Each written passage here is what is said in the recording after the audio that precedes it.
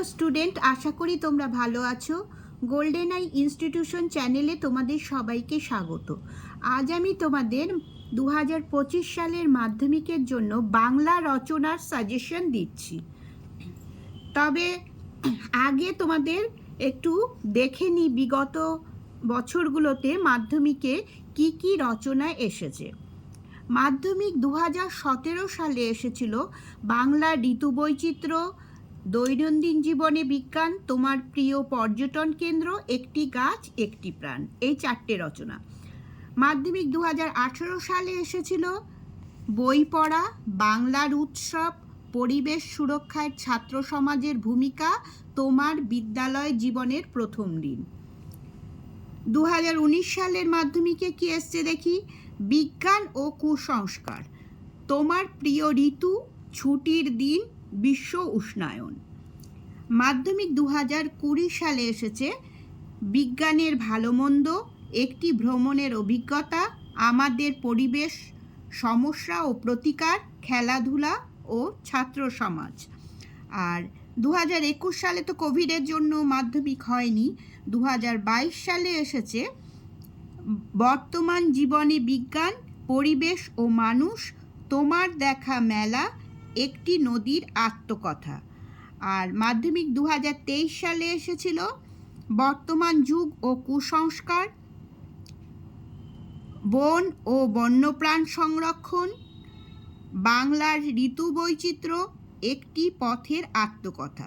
তোমরা অনেকেই বলো যে বিজ্ঞান বিষয়ক রচনা যদি পড়ে যাই সবগুলো তাহলে একটা কমন পাবো, কিন্তু দেখো 2018 সালেও কোনো বিজ্ঞান বিষয়ক রচনা আসেনি।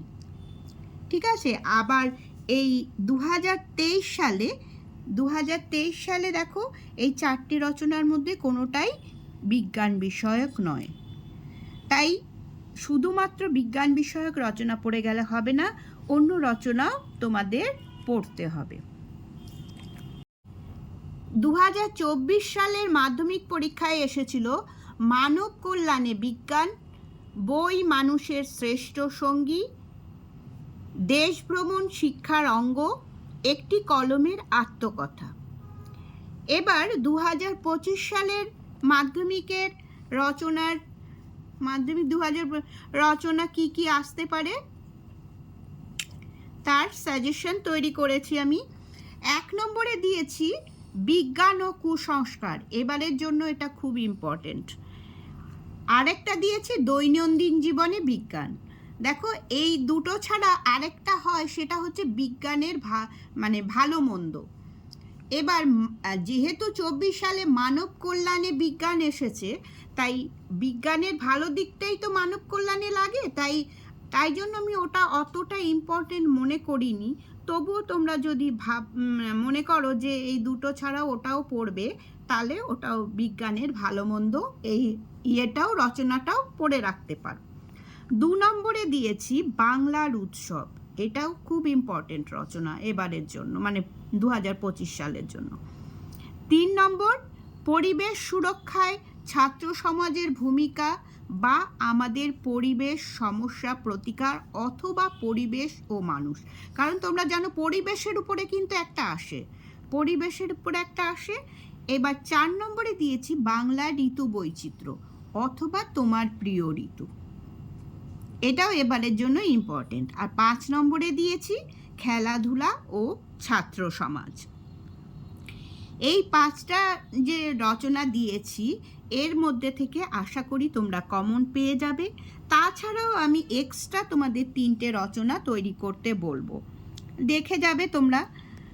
তোমার জীবনের লক্ষ্য 6 নম্বরে দিয়েছি। 7 নম্বরে দিয়েছি বিশ্ব উষ্ণায়ন বা একটি গাছ একটি প্রাণ, একই ধরনের তো এটা, বিশ্ব উষ্ণায়নটা একটু বেশি লিখতে হবে, আর একটি গাছ একটি প্রাণ ওটাই কোট করে বিভিন্ন কোটেশন দিয়ে লিখতে হবে, তোমরা একটু তৈরি করে রাখবে এটা। 8 নম্বর হচ্ছে তোমার প্রিয় সাহিত্যিক। দেখো তোমাদের আমি তোমরা বিভিন্ন যে রচনার বই সেখান থেকে তোমরা কিন্তু এই রচনাগুলো পেয়ে যাবে। এই যে বিজ্ঞান বিষয়ক বা বাংলার উৎসব, এই রচনাটাই, পরিবেশের রচনাটা কিন্তু একটু আলাদাভাবে সুন্দরভাবে তৈরি করতে হবে। তো পরিবেশ সুরক্ষায় ছাত্র সমাজের ভূমিকা, এটা আমি একটা নমুনা রচনা তোমাদের দিয়ে দিচ্ছি, তোমরা ওটাও লিখলেও ভালো নম্বর পাবে। আর যদি মনে করো যে ওর সাথে কোটেশন যোগ করবে বা কোনো কবিতার লাইন যোগ করবে তাহলেও ভালো হবে। তা সেই জন্য তোমরা এরপরে আমি তোমাদের ওই রচনাটা দিচ্ছি। পরিবেশ সুরক্ষায় ছাত্র সমাজের ভূমিকা, এর একটা নমুনা রচনা আমি তোমাদের দিচ্ছি। এটা পয়েন্টগুলো দেখো, প্রথমে ভূমিকা, তারপরে পরিবেশ ও পরিবেশ দূষণ, আইনগত দিক, পরিবেশ সচেতনতায় ছাত্রছাত্রীদের ভূমিকা, আর সব শেষে হচ্ছে উপসংহার। এবার ভূমিকায় তোমরা লিখবে, এতটা যদি তোমরা না লিখতে পারো, যেটুকু মনে হবে এর সঙ্গে কোটেশন যোগ করতে পারো, এই ভূমিকাতেই যোগ করবে, কিন্তু কোটেশন বা কোনো যদি কবিতার লাইন টাইন যোগ করতে চাও তাহলে করতে পারো।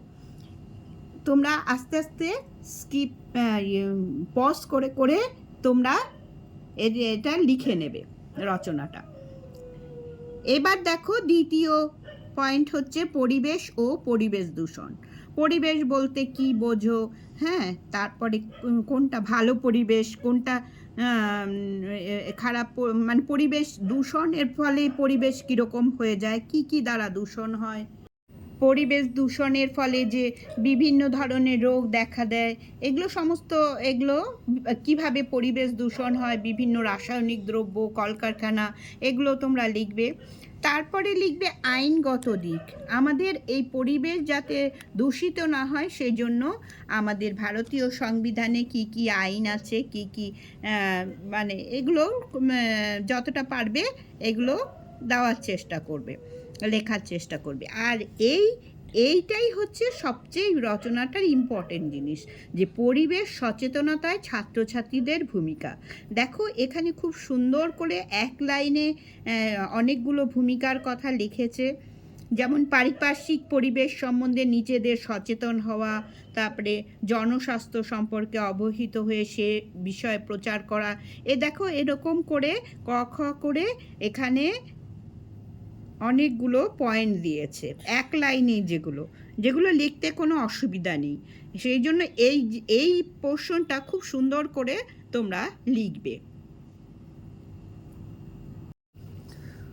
তারপরে দেখো ওই পয়েন্টটারই এইটা চলছে, এগুলো যেটুকু এখানে একটা কোটেশন দিয়েছে, যাহারা তোমার বিষাইছে বায়ু নিভাইছে তব আলো, তুমি কি তাদের ক্ষমা করিয়াছ, তুমি কি বেসেছ ভালো, এটা লিখতে পারো, খুব সুন্দর কোটেশন।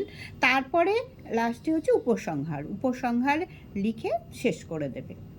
স্টুডেন্টস, তাহলে আজ এই পর্যন্তই, তোমরা সবাই ভালো থেকো।